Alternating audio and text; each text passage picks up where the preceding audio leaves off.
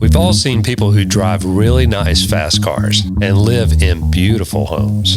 Have you ever wondered, how do they get there? I'm Kevin Watson, and I love really nice cars. On this show, we dive into our guest stories of what they dreamed of having when they first started out and how they achieved their dreams over time. This is the Kevin Watson Show. So I am really blessed and privileged to interview one of my mentors, and Greg Goodman. Greg and I started, I started at Countrywide, and Greg was my branch manager, and I learned a whole lot from this gentleman here, and about originating and one of the best marketers I've ever seen in any, in any field, across the board. And then Greg and I have been friends throughout, even after we both left Countrywide and went on our own to other places. And we both share a love of cars. Yes. And we're enthusiasts. So I'm excited to have Greg here.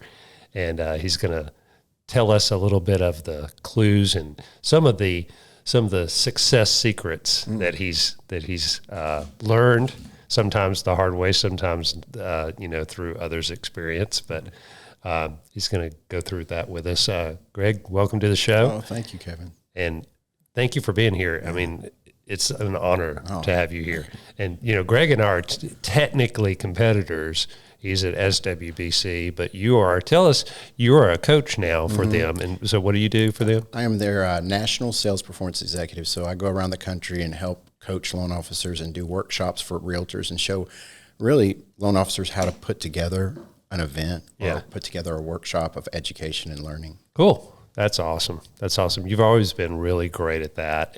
And he still originates too. So he's got two full-time high demand jobs, but still has time to have fun, you got to.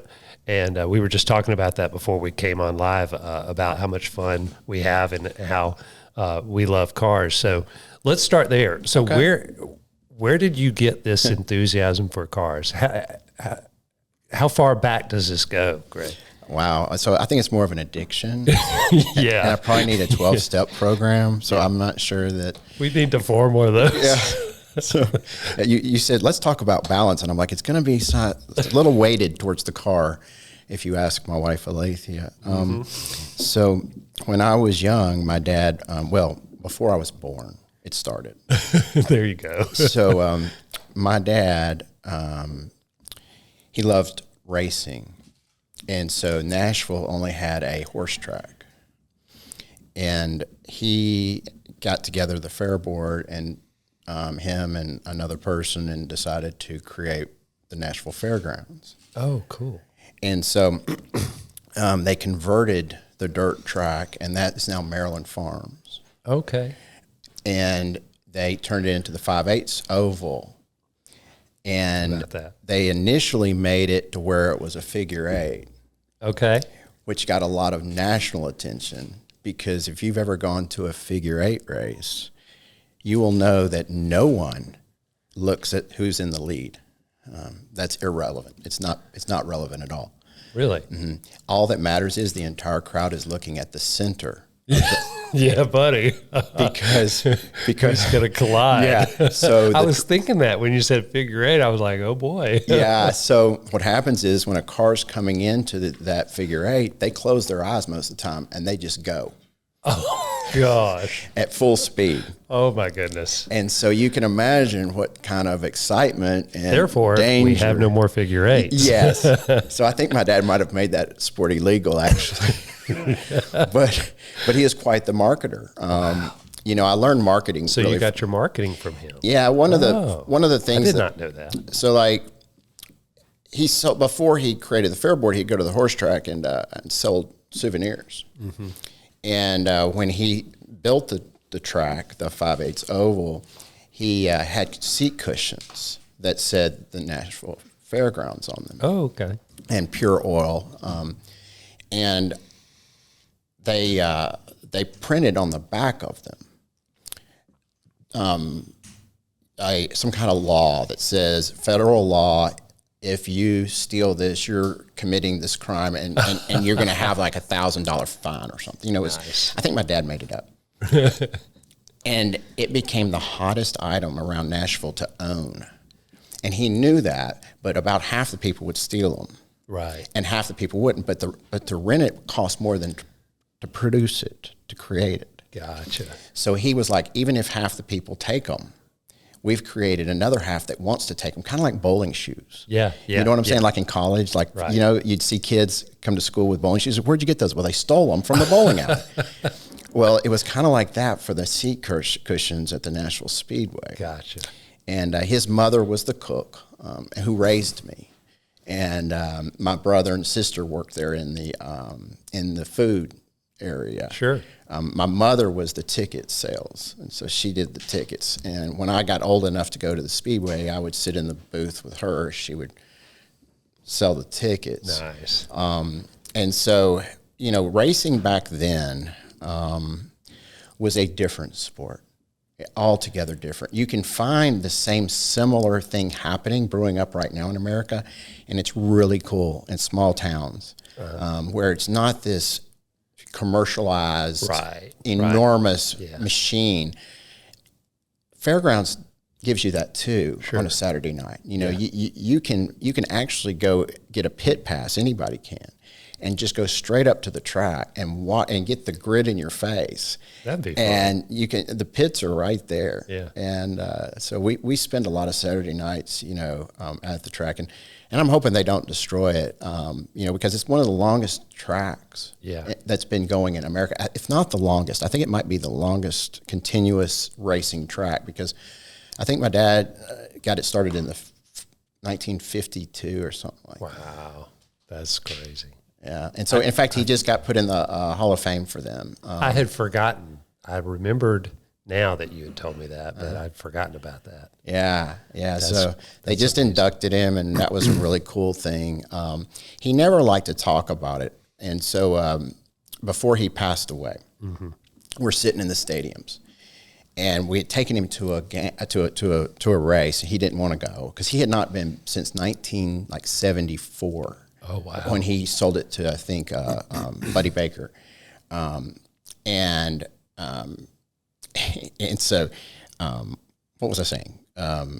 He didn't want to go to a race. Yeah, that's right. So we were in the stands, and then this man notices my dad, and we were like, oh my gosh, oh no, because my dad does not like that. Like, he does not want anybody recognizing him, you know. Right. And it was this Tennessean reporter that's been trying to do a story on my dad's for 15 years. Oh, Captures my dad's attention, and then tells radio in to the pits who was in the crowd. So that night was a race where they had an old timer series. So Sterling, Cuckoo's son, was out there racing along with, I don't know who else. I don't know if Darryl was out, but like a lot of the old timers were in this race. They had raced at my dad's track. Oh, wow. And so they had him go down and do the flag. Oh, nice. For the checkered flag, and then they let him give the trophy, and actually Sterling won that race. Oh, that's and great. That was my dad's last race. And so Cuckoo, Sterling's daddy, obviously, you know, raced on my dad's track, and so I got to be around a lot of that early sport. Yeah. One of the cool things that people don't realize is that they were creating what was called the Nashville Super Speedway. And when I say they, I'm talking about Bill France himself and my dad and several others. And we were going to have a super speedway in Nashville. Unfortunately, interest rates went to 18, 19%. And back then, you did not have the commercial dollars that you do today to support the sport. You had ticket sales. That's it, yeah. And so he couldn't make the numbers work at 18%. Yeah. So we know that track today is Interchange City in Smyrna. Oh, really? Okay. So Interchange City was going to be, and I have if you came over to my house in my garage, I have all of Nashville Super Speedway on the walls of my garage because they had already built out all the marketing and everything. Sure. So the walls of my garage is all the marketing that Bill France and my dad did behind a speedway that never existed. Oh, wow. Wow, that's crazy. And so, but you might ask me, well, why aren't you into stock car racing? Well, I am sort of, but my parents were divorced, and my mother, she tended to date the road course guys. Gotcha. Okay. Which really ticked off my dad because those two sports don't go well together. Right. So all of a sudden I had all these men around me that were road course. Like she dated Mazda IMSA's national champion. Oh, okay. And one day he picks me up from school because she asked him to, and he was coming from a race, and he had his race car in his semi-truck, and it broke down. He pulls the Mazda out of his truck and picks me up at school. Oh, wow. And I'm crawling in on top of a fire extinguisher and a roll cage. Nice. And all my friends see that at school. Yeah. And from then on at school, it's like, okay, something different is about, is in his life. And so I spent a lot of time, my mom spent a lot of time going to Porsche events, cool. Road courses, Road Atlanta, spent a lot of time just in the IMSA circuit. Nice. And so I had a lot of influence around road course, Gotcha. Whereas at NASCAR, it's not like I got in a car and went around a track, but my mom's boyfriends would obviously have cars that we could go and play with. And so that's where it started. So what was your first one? What was your first? My first car that I bought was a 911. Okay. In high school. In high school, you had a 911? Yeah, just graduated. Yeah, and but I had to sell it. So what happened is the realtor, my partner, she saw it and she's like, "Yeah, that's not going to work," because we were new home construction realtors and our cars were at the model. Oh, okay. And you got the people coming up going, "Oh, yeah, there's a 911 here. Someone's about to get me." Yeah, and I looked like I was 12, so it really just it was the first time I had money. What a good combo. Yeah, so we'd sold a bunch of houses. I had a bunch of money, and I was a kid. What are you going to do? I was like, so you were a realtor? Yeah, I didn't realize that. Mm-hmm. That's cool. In high school. In high school. Right. So you started real estate in high school. Yeah, it was all a crumpled up settlement statement that did it. So I get in the Mazda. My mom drives an RX-7, of course, because she dated the IMSA road champion. Yep. Jay, I almost thought of his name. Jay, I'll think of it in a minute. But I had a 1981 Mazda RX-7. Oh, and I loved it. Oh, she did the little rotary engine. That 12A. That was awesome. Yeah, the Wankel engine. It's absolutely an incredible car. I wish I had that. Wish I still had that. It was a great car. Oh, I know. Oh gosh, I lost my train of thought again. Cars do this to me. I know, right? So we were talking about you're a realtor, and you said it was all due to a crumpled up settlement statement. Yeah. So what happened is that I saw $21,000 commission on the settlement statement. Whoa! And I said, "Mom, this will pay for college real quick." And she's like, "Okay," but she was a temp at Century 21 in Green Hills working for Glenda Voss. Oh, okay. And Glenda was the kingpin back in the 70s and 80s of relo. Gotcha. Well, Glenda tells my mother that I need to get a license before I can sell real estate. So she told me where to go. So I went to CLI or something, and I got my license. Yeah. I come back over to Century 21 in Green Hills, and Glenda's like, "Well, I didn't say I'd hire him." Whoops. And I'm like, "Well, what am I supposed to do with this, Yeah. So somehow I talked Gordon Inman into hiring me. How about that? Yeah. Yeah. And so on Maryland Way, there was Inman Realty. Yeah. And my brother was in business with Gordon. That's how I knew Gordon. And so my very first day at work, I'm sitting at this huge cherry desk. And all that was on it was this white piece of paper and this leather binding or something. And I asked my mother, "What do you do as a realtor?" And she said, "Well, you sit there and you wait, and then you write contracts." I was like, "I can do that." Yeah, that's all you got to do. That's all you got to do. Yeah. From her perspective, though, she'd been on the job as a temp only a week at Century 21. Right. So all she saw was people walking in the door and walking up to a realtor, and the realtor writing a contract, and the realtor making money. There you go. And I'm like, this is the greatest thing ever. I mean, I've Why made didn't it. I do this? And so I sat there all day long. At 5 o'clock, I call my mom, and I'm like, "Mom, this isn't happening." She says, "What?" I go, I didn't write any contracts today." She goes, "What do you mean?" I go, "No one came up to my desk." And she's like, do it again tomorrow. Yeah. I go, okay. So tomorrow came.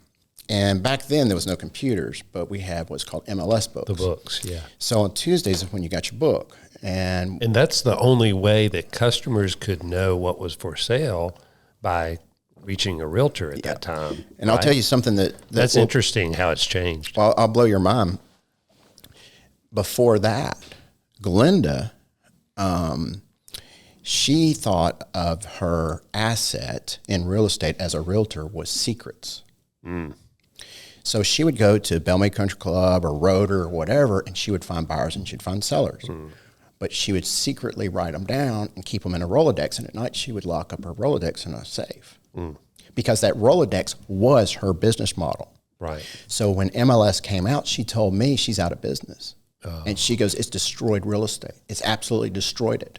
She goes, because see, her story that she was telling herself was a story that she created around how she's going to be successful. That's a good lesson, is the narrative that we tell ourselves. Yes. Like it can really hurt us if we aren't open to change. So how many Glendas are out there right now in our industry? Amen. Yeah. Right. So they're all saying the same thing. Yeah. Because what it is change. Yeah. Yeah. That's all it is. And change is everywhere and inevitable, and too. it's scary because we don't know what it is, and it's unknown. And so it's uncomfortable. Glenda did what most people do. Yeah. She got out of the business. She goes, it's not for me anymore, right? And we're seeing that in our industry. Right, exactly, because of change, and you don't know how to navigate. And so anyway, that was an aside, but what happened is that I started drawing a house on the paper that was on my desk. Because I was bored out of my mind. And so I'm drawing away, and then a lady comes by and she goes, you're really good at that. And I was like, thanks. And she said, I'll pay you. I think she said $500. And I said, why? And she said, because James and Denzel Carbine need renderings of their homes. Now, back then, we didn't have CADs or computers, so you drew the renderings of the elevation of a home. Gotcha. So that people could see, yes, I want that design. Gotcha. Now, I never had any training, but I was an art major. And so I could draw. Yeah, yeah. But that was not my thing, but I was just bored. Yeah. So I started drawing houses, but I told the realtor, Vicky, I said, Vicky, I'll do them free. But I want to co-list Buckingham Park. Now, Buckingham Park today, my Casher in 96 is a old subdivision with mature trees. Yeah. When I was there was no trees, and it was just lots, and we had three, three zones we needed to sell out, and nothing was selling. I mean, we didn't have anything, and she hadn't sold a home there in like a year. She had never sold anything, and a realtor later came up to me and said, "You're such a sucker." And I go, "Why?" And they go, "She just wanted you because now your car is going to be in front of the model home, so that when James and Denzel's wives call, it's saying Vicky's car's not there, your car's going to be there." I'm like, "Oh man, I got suckered on my very first deal."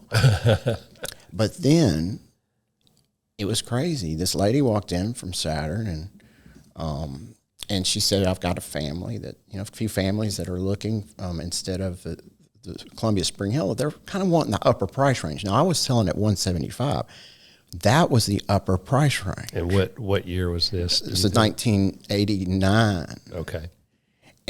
Or 88, something like that. And today, I guess that's a $700,000 home. Yeah. But back then, that's what. And she said, "You've got the only product available, because back then in Spring Hill and Columbia, there was no new construction at 175. Everything was 110. Yeah. Or 90. And so I had the high end. Right. The high end at 175. Yeah. Wow. And so they bought some homes, and they kept buying them. And that's how it started. Wow. And now, when did you transition into mortgage? When I figured out that my loan officer that I kept calling, she didn't have to go pick up people at the airport at 10 o'clock at night. Aha. And I'm like, I like her job. Yeah. I want to know more about that job. Because Alethea and I, my wife, we were dating back then, but I'd have a pager on, and we'd be at the movies at 10 o'clock at night, 9 o'clock, 911, 911. And I'm like, I'm not a brain surgeon. I don't get paid to leave a movie. Yeah, yeah. Right. But I was leaving movies. We had to break up several dates because I had to go. Yeah. And I was like, my loan officer doesn't have to do that. Little did you know, right? Yeah. Well, little did I know. But that's how I wound up being. And when did you get into mortgages? In 91. In 91. Okay. Yeah. And then I remember some stories about Molly. Molly, was it Molly Jowers? Oh my God. Yeah. I remember you telling me a story about her where she taught you a lesson on getting all the documents up front. Oh Lord, she taught me a lot. I had so many lessons taught to me. We had to type the applications back then, right? Because we didn't have computers. Yeah. And I was in Murfreesboro, and I had typed the same application 3 times, and all 3 times I got down to the section of sex, male, female. And the tab wasn't working, and it would tab and click the wrong one. And so she wouldn't allow us to use whiteout, or we even had this button that you could press, and it would have this like white stuff that would click on top. Yeah, of. She pulled those from. We weren't allowed to use those because that was that could lead to fraud. Right. And so it was like 2 a.m, and I get to that tab section on the 4th time of typing that 1003. And I remember just I positioned it. I wouldn't even allow it to move, and it finally clicked the right one. And she would not accept a file until it was that level. And I'm thinking about loan officers today. I'm like, y'all have no idea. Oh, I know. Yeah, it's a lot. So when did you learn? Well, you obviously learned a lot of your marketing from your dad. Were there any other mentors that you learned from as far as some great marketing or great ways to build relationships in real estate? Because I know you've got some wonderful relationships in this business. And how did you form and build those? It's funny you asked that. So when I was brand new, I didn't know anything. When I say anything, I'm saying nothing. Like I knew nothing. I was living above a garage in my grandmother's house, I'd never even had a lease. And so a guy by the name of Joe Stump was starting out. I remember Joe. Yeah. And he By was going to referral only. And he wanted $3,000 for like a 2 or 3 day seminar. And that to me back then would have been, that's an impossible number back then in college. Or just graduating college. I didn't have that laying around, so I had to put it on a credit card. Yeah. And I'm like, what am I doing? This is so stupid. And you're that investing in yourself is Yeah, what you're doing. I did. See, that's the key, guys, investing in yourself. Yeah. And Joe opened my eyes to what I would say today, we would generalize it and call it just relationship lending as opposed to transactional. Right. And that's an overgeneralization of what we do, but he kind of helped me understand how you get referrals and why people are willing to give referrals. And it's trust. That's right. And then he started bringing me ideas on how to communicate trust and how to vocalize that and how to listen, how to hear. And I just took it from there and started just my journey. It's funny you said Joe Stump because Mike Hardwick teamed up with Joe Stump in By Referral Only. And he always says, when all things are equal, people tend to work with people that they know, like, and trust. And he said, when all things are not equal, people still tend to work with people that they know, like, and trust. Yes, they do. You That's know? very true. And it's so true. It's just building that trust. So what are some of the things that you've done to build trust? I remember you talked about one time you were in a meeting and you were getting a call and you step out of that meeting to take that call, right? Well, yes. Well, that's part of it, sure. It's just being accessible. Me listening to realtors, listening to pain. Yeah. So when I got started in this business, there was 10 of us. Right. Not 10 companies. There was like 10 loan officers. Wow. In Nashville. Wow. I called one of them, and his name was Nathan Wilson. Oh, Nathan. I talked to him not too long ago. And he said, whatever you do not get in this business. It is awful. that was my very first introduction. That sounds like Nathan. And so I walk into Third National Bank, and I go up to his desk, and he's got all of these little message pads and of all these phone numbers that he didn't have time to return, and he just threw them in the trash. And I go, why did you just throw all those in the trash? He goes, well, those were yesterday's calls. I go, you didn't return those? He goes, nope, because I'll get another stack today. Wow. And I'm like, what is this business? And so what I walked in on was a very strange time in our industry. So most mortgage lenders. That was when? This was 91. 91. Mm-hmm. Okay. So most mortgage lenders were bankers that did mortgage lending for 5 basis points. Oh, wow. So very little money. So they weren't traditional loan officers. For anyone who doesn't understand what basis points are, that's very little. Very little money. But see, they got the same thing they did car loans and they did CDs. And so if they did it's just one of the things a they did. bucket. Yeah. And if you lent so much in all 3 buckets, then you got your bonus. Yeah. Okay. You have to scorecard type thing. And so majority of people were that. What was happening in the 80s was a transition to more of a full-time loan officer commission base. Okay. And the reason why Nathan was getting so many calls was that was a very new transition where that's all he did. Oh, gotcha. So all the bankers, instead of referring it to the Nolensville Road banker, the Bellmead banker, they referred them all to Nathan. Oh, I see. And I'm like, I want to be in on that, right? But I decided to take a risky route, and I bypassed that, and I said no. And so I became Third National Bank's first realtor originator. Okay. So I would not take leads from the bank. Right. And they asked me, they said, well, what territory do you want? And I go, Brentwood. Yeah. Because I was the first. Yeah. And they're like, okay. And I was like, okay. Yeah. And so, I that was my journey, was relationship building, one person at a time. And I looked like I was 12 years old. Right. And that was very, very helpful. So I met, my commitment to myself was I had to meet 6 realtors a day. Right. Face to face and get to know them.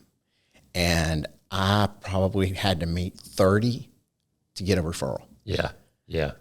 It was not easy. It was slow go. They just didn't trust a kid. Yeah. We're really asking people for their paycheck for a month is what we do. That's our job boiled down, because if we fail, they don't get paid. That's right. And so that's a hard pitch to really, for a kid. Yeah. But it was a great journey for me. I mean, from there, I built up my personal book of business to where I became their national top producer at SunTrust. And then that's when they said, can you duplicate what you do? And I said, yeah. And they said, do it. So I hired, I think it was 12 people with no experience at one time.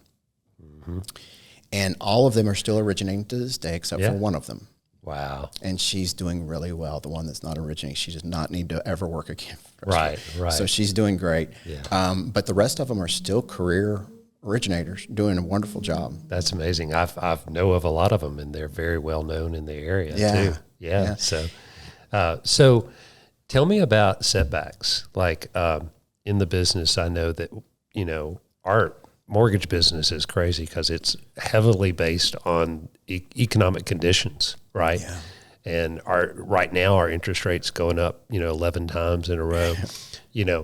When you see setbacks like this, what do you do? Is there something that you go to each time and you just go back to a basic, or what do you do during those times? I go insane, and I think that the world is coming to an end. Yeah, so you're not alone, no, right? So I'm not alone. I'm the worst. Panic, anxiety, just fear. I have a lot of fear. Yeah. But I've had a few setbacks that were so essential. Yeah. For me. And I'm more thankful for all my setbacks, way more. And I'm not just saying that because it's cool or it's something that people say. Yeah. I'm way more thankful for my setbacks than any success I've ever had, because those setbacks have positioned me in a way that's unique, that I would have never had those abilities without them. Right. But I had 2 major ones. My most major setback. Well, 08, I got sober. But my setback from a professional standpoint was a phone call from Barbara DeSore, and she was the president of Bank of America. I remember. And she told me, she says, I've got good news. We're not going to change anything.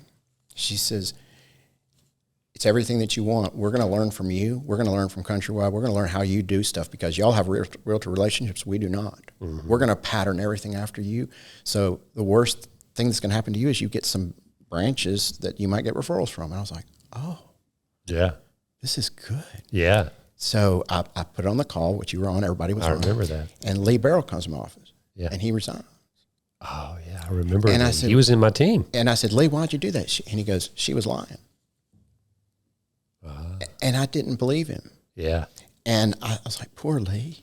Yeah. He doesn't get it. Poor Lee. He doesn't get it. Yeah. We're good, you know? I remember we were so excited because we're like, wow, now it's Countrywide with the backing of Bank of America. Yes. I remember that. It was perfect. Yeah. In fact, Nathan came to work for us because I remember that. Yeah. And so things were really good, you know, and I thought, wow, it couldn't get any better than this. Yeah.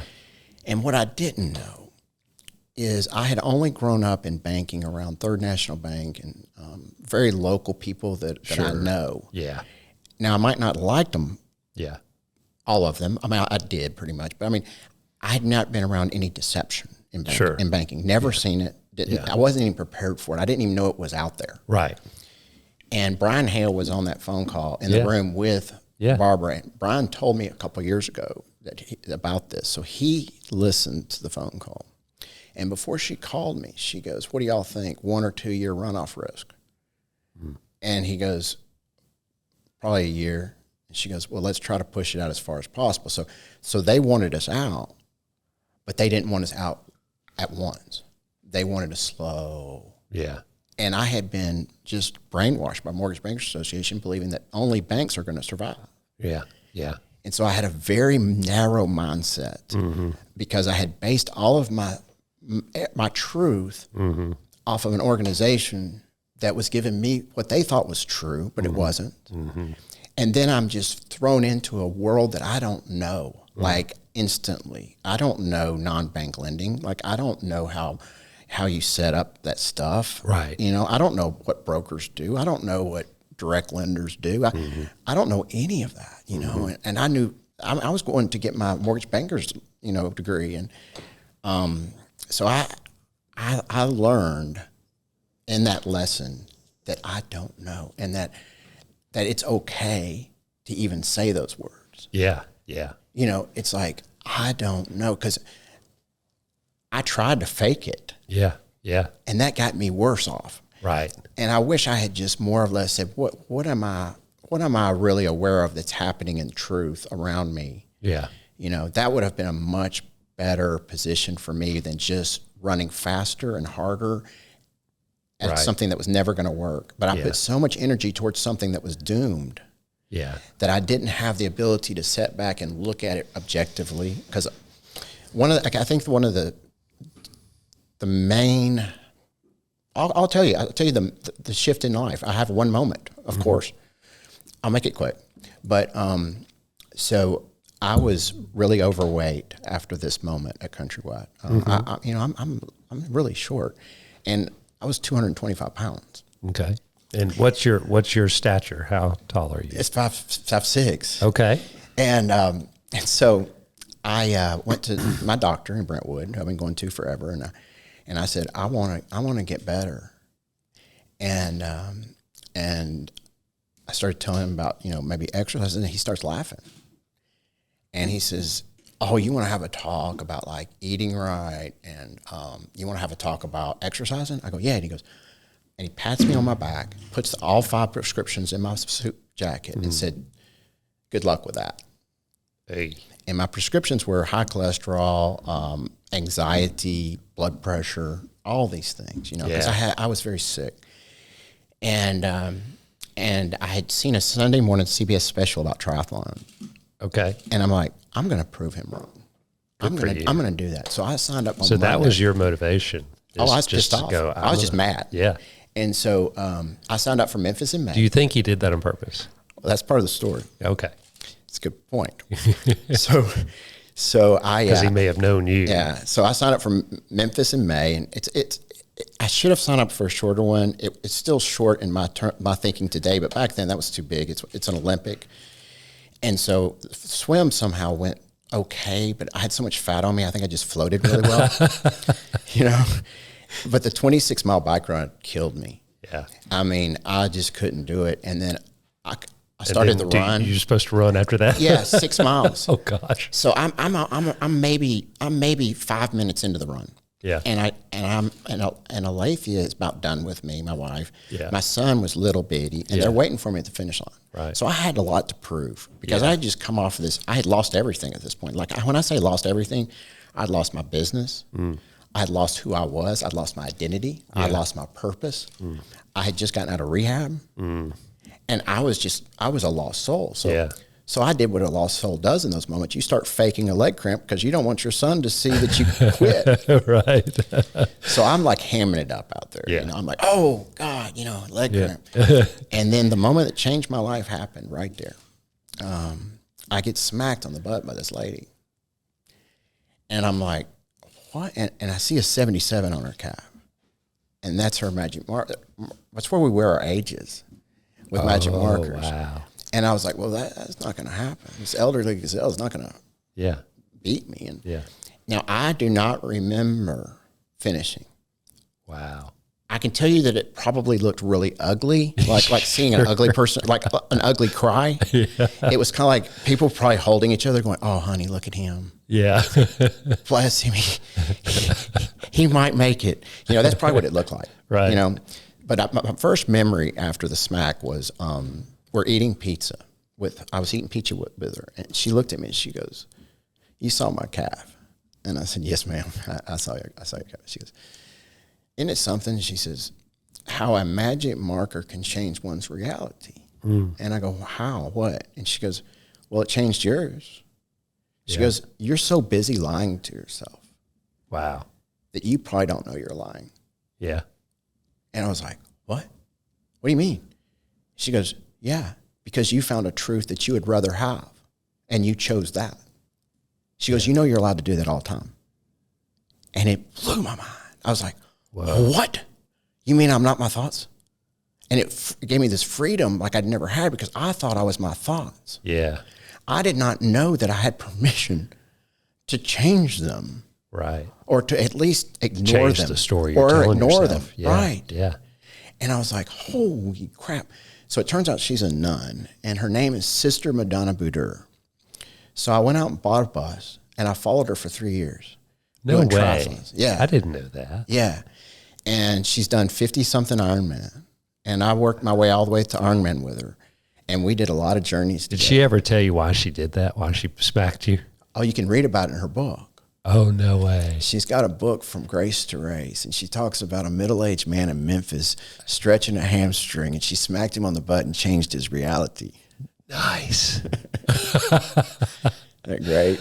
That's awesome. Yeah, she just wrote me a sweet letter last Christmas, and she's still amazing. Wow. She didn't start training until she's in her 50s. Wow. And it's only because of the father. I'm not Catholic, but she kept coming to him and saying, I just have trouble sitting still. Yeah. So she has like these rosary beads she's supposed to pray with or something. Yeah. And he said, so he went to a garage sale and he bought her old pair of running shoes. He goes, why don't you try moving your body while praying? Yeah. Yeah. And that's what I discovered spiritually about me, is I also have a really hard time meditating. Yes. And there's no rules to I meditate. think most people probably do. And I thought there were rules. Yeah. There's not rules. No. So you can meditate on a bike, Yep. while swimming, Yep. while running. And she taught me mantras from the Bible. Glory be to God, praise his holy name. So that's a cadence. Yep. And I have a bunch of them. And so when I need a cadence, you do a mantra, and then it frees your mind from pain. Because your mind goes to something like accounting or breath work, or it's something other than pain. Right.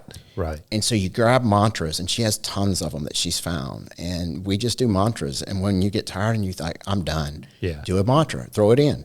It's like it's like a CD or something. Yeah. You just throw it in, listen to it, and then 10 minutes will go by. You're like, oh, I'm supposed to be in pain. That's right. I'm in pain. Right. And then you got to think of another one. Right. Wow. That's good. That's good. So we talked about, before the show, we were talking about possibly talking about balance. Yeah. Right. So you started running, you started triathlons, and how did you include your family in all that? Yeah, so they came to the ones that were nearest, and they loved the ones that were in places like Florida. Sure. The ones that were like in Tellico Plains, Tennessee, not so much. Right. But yeah, they really do like those, and so we would make it a family affair.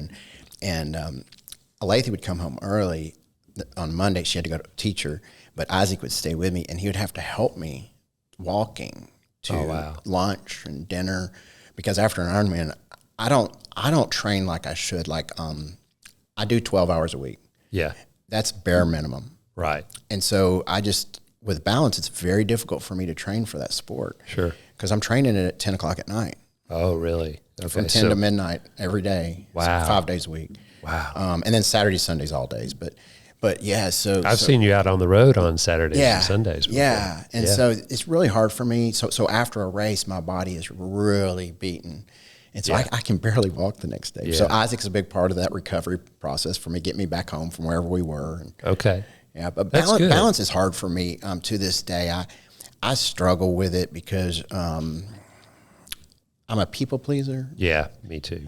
And I tend to try too hard, and it takes me down a path that I'm ignoring other things. And the worst thing that I ignore is me. Yeah. And my journey right now is really trying to protect me from me. And just say that there's boundaries and that I need my time. Because in our industry right now, I've really just tried to save everybody. Yeah. Yeah, I know. Right. And it's so hard for me to I'll fly somewhere and just take somebody on some sales calls. I'm like, please, let's just do this. We can do it. You know?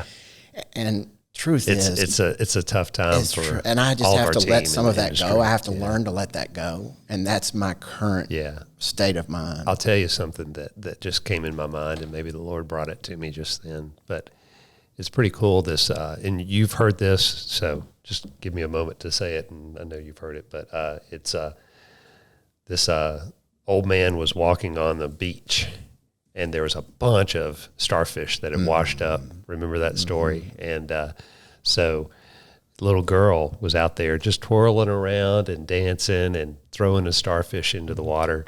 The old man looked at her and said, honey, he's like, you're never going to save them all. And she took one and she twirled around and danced and threw it in the water. And she said, but I just saved that one. Yeah. You know? That's great. And I love that.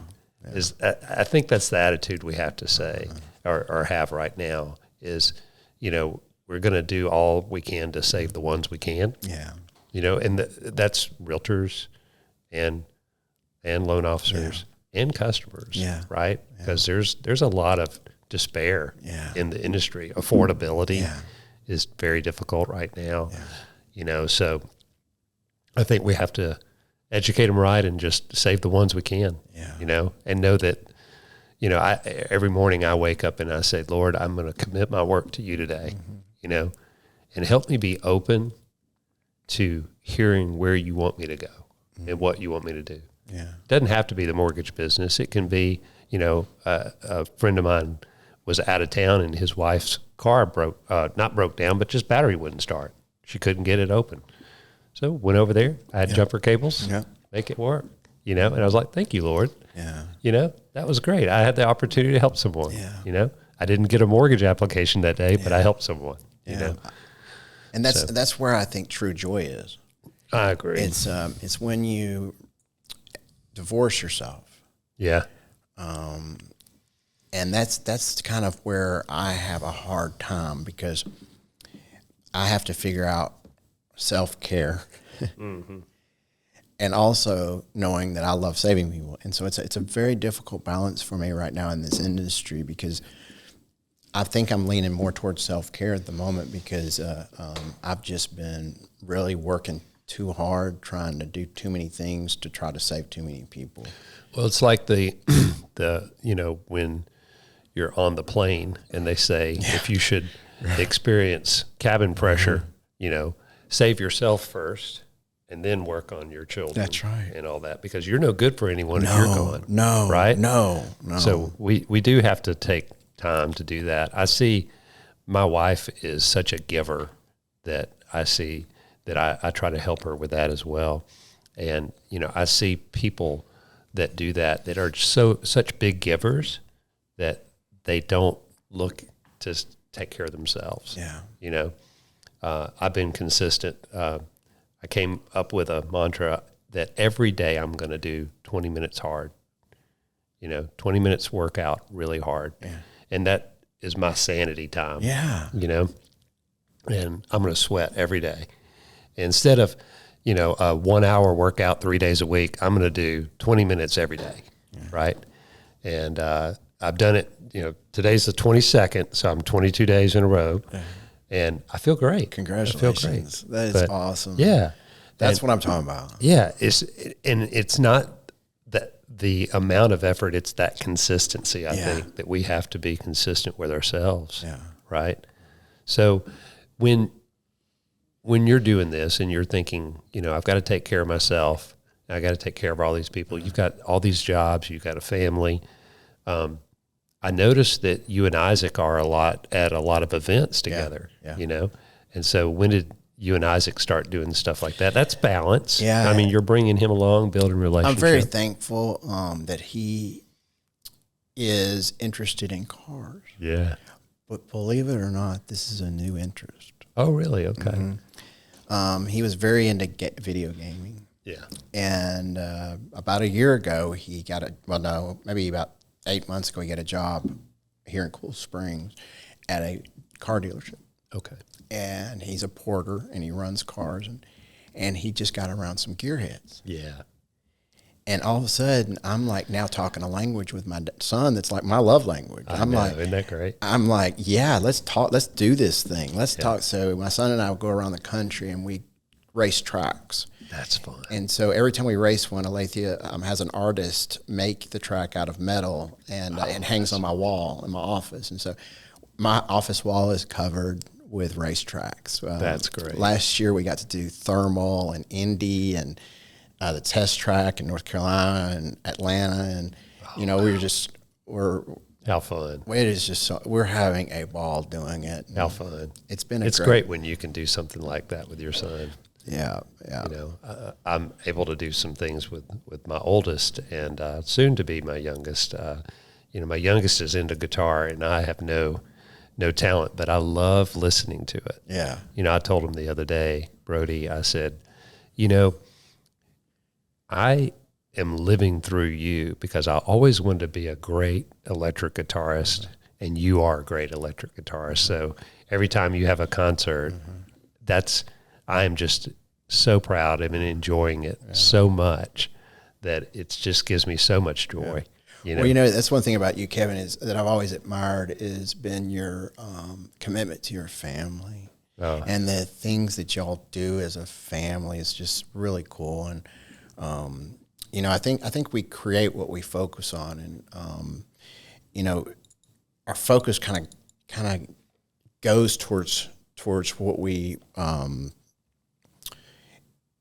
where our energy goes. It's kind of like if our energy is, I want to have a commitment to this family, and it's a spiritual commitment, then that's where your energy is going to be. And then when you talk about your family, I can see the energy. Mm-hmm. Mm-hmm. When some people talk about their family, it's negative energy. Right. And you've always had a very positive discussion around whether it was, do y'all still have the farm? We don't. We sold it. But just like that, y'all would go out there. But y'all just go play. Years. And you played as a family on this enormous farm. Yeah. And that's just fun. So cool, and until they got old enough to enjoy video games and their friends. And then they didn't want to go, But yeah, that was fun. We had a lot of fun. Thank you for saying that. I try, and it's sad because they get to that age where they have their own friends and they want to hang with them more than you. Yeah. But we still try to do some fun things together. We've made it a commitment to do a yearly ski vacation. Oh wow! And so it started with my oldest son, Gray, at FCA. we would do a father-son ski trip. And then he graduated. So we're like, what are we going to do now? Let's continue it. So we went again last year, and now both of them are into snowboarding, and me, I ski. But that is a lot of fun, and it's something that we can always get together and do. And I hope we'll continue out, so one day it's me as the grandfather and Holly as grandmother and all of our grandkids and the whole family going out there and doing it. Isaac and I are leaving Thursday for Salida and Colorado, and we go alpine fishing. Ooh. And so we fish at 12,000 feet for trout. Nice. And it's really cool. That's fun. I feel very blessed to do that. When he was really into gaming, I intentionally took him to the AT. He didn't know anything. He didn't know what AT stood for. Sure. He's never done any hiking or anything. Boy. And I just had a plan. I'm like, I bet electronics don't work there. Right. So we start getting, West Tennessee up in the mountains, and he's like, Dad, we don't have a signal. I go, well, that's weird. Oh, wow. That's strange. That's terrible. Strange. So I think he stayed mad at me half that trip on the trail. Because his phone wasn't working. And then the next 2 years later, I take him to Wyoming, and we go on a wilderness expedition where there was no phone service. Yes. And what's funny is I remember it different. I remember him being mad at me. Yeah. He remembers a wonderful vacation. Oh, he how remembers about that? And that's interesting because I've overheard him when he doesn't know I'm, he'll have friends over to our house, and he'll be in another room talking about Wyoming, and he talks about it like a magical place. And I remember him just being mad. That's fun. Because and it's so funny to think about that today. He's the one that begged me to go alpine fishing again. That's great. And so I'm very thankful for that. That's a very new part of our relationship, though, that just started. Well, and I think you have to be intentional like that, to make sure that there are trips that you can do together.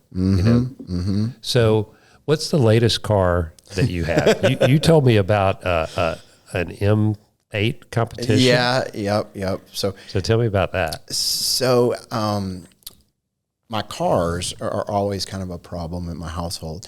Tell me about it. I get that. So I've got one car that you just got to have it on the track. It's got a roll cage, and I'm selling it to Isaac, but it's an M2. But it's completely for the track and for a daily competition. Yeah, but it's just it's so bad to ride on the roads. Yeah. And I was trying to ride, and then my other car is a CSL, which is the 2023, but yet it's also for the track and getting in and out of it. And I never thought I got in and out of that. Yeah, it's difficult. I know, but it's wonderful once you're in it, right? Yeah. And it's so gorgeous. Unfortunately, I sat in an M8, and I was like, oh, this is how the other half lives. I'm like, I could do this to work, and I'll just have my other car for the track, because I've never had a car that's I've always had track cars. Oh, okay. And I just love driving the car. You haven't had the Grand Touring. I never had anything like that. Yeah. That M8 competition. Yeah. That's and unfortunately, when I drove it, I was like, this feels wrong. It's like butter. Yeah. It's like, this feels wrong, but okay, I'll kind of do this for now. I hope I'm not getting old, Well, I'm like you. I want one that's the Grand Touring, and I want one that's the track. Yeah. But it is a lot harder to get it out of the track car. Yeah. And so, but my newest thing is just taxi garage karting. Oh, yeah. You were telling me about this company, if you've never heard of Taxi Garage, Google it. They did something insane. They went and took a children's toy and turned it into something that should be illegal, maybe. But they put this enormous electronic engine on it and these skateboarding wheels, and it drifts at real high rates of speed. Oh, my goodness. And you're like 1 inch off the ground. Oh, my goodness. And so we have had Can you say fun. road rash? Yeah. So we've been taking them to campgrounds. Oh, how fun. Speeding around the little, zones of the campgrounds. Oh, my goodness. How fun. How fun. So what tidbits of have you learned in your career? You've been doing mortgage business, you said 91. Mm-hmm. So now what's that, 30, 40? No, 30. I'm not going to say 40. Yeah. I got my real estate license in 87. Yeah, 32 years. Yeah. So what would you say to people that are either in sales or they're just starting out in mortgage or real estate? What are the things that you would do if you were just starting out now, knowing what you know now, getting into the business in any type of sales? What would best way for me to answer that question is to take you back to 1991 in Bellevue. So I was sitting at a desk, and a couple walks in, and she's pregnant. They're Vanderbilt residents, and they want to buy a home in Antioch. And they'd already found it. It's $125,000. And they mentioned to me that that's not their ideal home, that they're going to have a kid. It's going to be a small home. They'd much rather be closer to Vanderbilt, but on resident salaries, $40,000 a year each, they couldn't do it because she was going to be on maternity leave. They were going to lose half their income. Right. And I said this: we can't discriminate against you being pregnant. Right. We got it. We're going to use that income regardless. And you could actually buy a home closer to Vanderbilt. Yeah. And that home was about 175. Yeah. And I said, yeah, it's gonna be tight, and these ratios are going to be really, really tight for y'all. But next year, in a year, y'all can be doctors. Yeah. So think of it like a journey, like you've just got 1 year, and then you're there. If y'all can make it a year, then you don't have to move twice. Yeah. I'm talking out my butt. I'm a kid that lives above his grandma's garage. And so I don't know where all that word came from. But you knew that perspective, though. Yeah. Yeah. But the point of how I'm going to answer your story is what happened next. I get home, and I just get doubled over in stress and pain, and I start thinking these thoughts. My first thought was, if they do my suggestion, every day of their life is different, because they're not driving to Antioch at 5 o'clock. Right. They're driving to West End, off West End near Bellevue. Yeah. That means that when they get home and go to the mailbox like we used to, then they're going to have different neighbors. Mm-hmm. They're going to have different conversations every single day. Mm-hmm. That means their children are going to go to different school systems. Mm-hmm. That means their children are going to marry different people. That means that different people are going to be born than would have been born had they not sat down at this desk at this hour. Wow. Yeah. And that means that those children that are born could start a company in Bellevue that employs people that have never been employed. Mm-hmm. And I kept running through this thought process that changes not just their life, but thousands of lives. The impact is immense. Wow. And they sat down for 45 minutes with me, and I impacted generations. Yeah. And then I was like, oh, I'm not doing this job. That was my first thought. Because I'm not qualified. I'm not doing this. Right. I had decided right there, I'm going to go to Wall Street and be Gordon Gekko and get my Series 6, Series 7, because that movie was out. And I was like, right, yeah, Wall Street. Yeah, I'm like, I'm going to do that, yeah, because this seems too heavy. Yeah. But as time went on, I tried on those clothes of purpose, of accountability, responsibility in front of a person and giving them advice. Mm-hmm. And I said, my next thought was, I'm going to die one day. Mm-hmm. And I'm going to look back at my life. And do I want people to say, wow, Goodman, he saved us. He grew our retirement portfolio, another 2% over his competitor. Mm-hmm. There's not much to that looking back. But if I can look back over my career and think about all those big wins of somebody that thought they could never buy. Yeah. Just like you've had hundreds and hundreds of families, especially here. Yeah. And the calls that y'all take and the people that just are coming from such a dark background, mm-hmm. and y'all are finishing at a closing table with a brand new home that they've dreamed of. That's right. Yeah. So to answer your question, it's purpose. Yeah. For me, because if you don't have that, mm-hmm. then you're not going to have any staying power when things get tough. Yeah. Who was it that said, if you love what you do, you never work a day in your life? Yeah. And I'm not sure it was love as much as it was heaviness of responsibility. Mm-hmm. And I wanted to take that on. Yeah. Because it gave me a purpose. Yeah.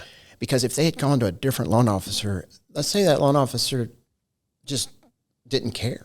Yeah. Well, they might not have listened. Right. And then their future would have looked different. Yeah. And I want to listen. I want to hear people. I want to understand what they really are looking for in a mortgage. So when I sit down to today, mm-hmm. I'm listening for cues and ways to help. Mm-hmm. You know, and too many people in our industry see a car. Yeah. And they're like, I want a car like that. Right. I want to do what he does. Yeah. But those are never the people that get into our industry, that stay in our industry. You're right. Yeah. Yeah. Because, you know, they don't see the downsides. Right. They don't see the tough parts that we go through. And only the ones that have that passion and purpose, like you said, actually continue. Yeah. I was talking to a veteran yesterday, and unfortunately, he got some bad advice and shopped his mortgage around and got 1 trillion inquiries. Took his score down to 560. Oh no! But I said, I'll work with you. Yeah. You know, just like you would have. Yeah. And I was realistic. I said, give us 6 months to the realtor. I said, we got some damage control. Yeah. And we're going to make it through this. Yeah. And, you know, even though we're not closing hardly anything, that starfish mattered yesterday. Yes. That was a starfish that I did. I agree.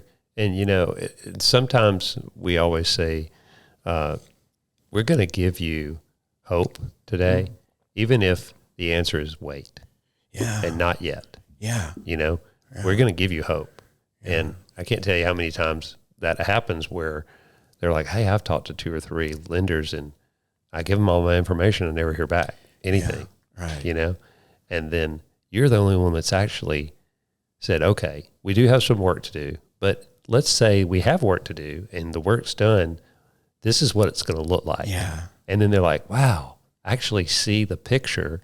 And I visualize where we can be, and that's helping me to accomplish it, you know, versus just saying, hey, fix this and this and call me in 6 months. Yeah, that's right. So, yeah, I agree. Y'all have done that that's really great well advice. here. And, you know, you've helped out thousands and thousands of homeowners that have come from financial struggles. And, you know, y'all have done so much good work. We're blessed. You've been a big part of my life, though, buddy, and I just wanted to thank you for pouring into me and helping me. I tell you, I'm so excited and thrilled about your career. I'll never forget when you came in my office and you said, I have an opportunity. And I remember telling you, that's a good opportunity. Yeah. And it's just a beautiful thing what you've done, and you've grown. And, you know, you and Mike are just amazing in our industry. So. Well, and it's cool when you look back at your life and you can count towards the mentors that have helped you, you know, and you're in there, Mike Hardwick, Matt Clark, and my dad, and there's just a small group, you know, and you're one of them, buddy. So I appreciate you being on here. That. Well, and I appreciate that. That helps me to help others. It gives me energy. You know, and it's cool, isn't it? When you have someone tell you that. I've had people tell me that, and I'm like, oh wow, you know, that makes my day because it fills my battery back up where I'm like, hey, this is actually working. Because sometimes you go for a period of time where like you start doubting and going, or I do, start doubting and going, is this really worth it? Is this working? This is hard, you know? And then you get that affirmation. I believe it's God just kind of giving you a little tap going, it's okay. Keep doing what you're doing. You're helping people. Yeah. Don't grow weary in well-doing, for in due time you will reap a harvest if you faint not. Exactly. You know, that's one of my favorite ones. So I love good. that. Beautiful. Yeah. Brother, I appreciate you. Thank you so much. Yeah. Let's do some tracking soon. Oh, maybe tomorrow. Yeah. Thank you. All right. Thank you, Kevin. Hey, thanks for listening to this episode. Please make sure that you will subscribe to our podcast, and you can also go to thekevinwatsonshow.com to like or share or subscribe. We would love to hear from you and get any feedback, or you can DM me on any of my social